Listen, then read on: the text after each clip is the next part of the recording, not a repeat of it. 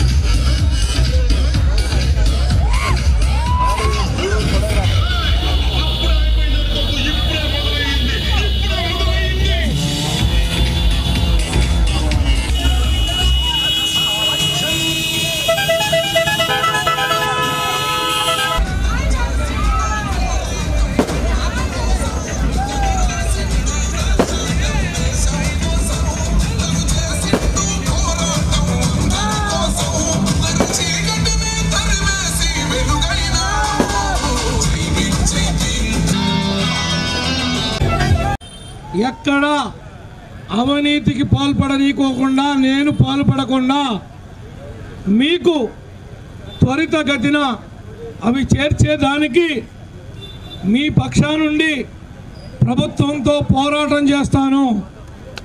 నాకు ఈ అవకాశాన్ని కలగజేసినటువంటి మిమ్మల్ని ఎప్పటికీ కూడా మర్చిపోను.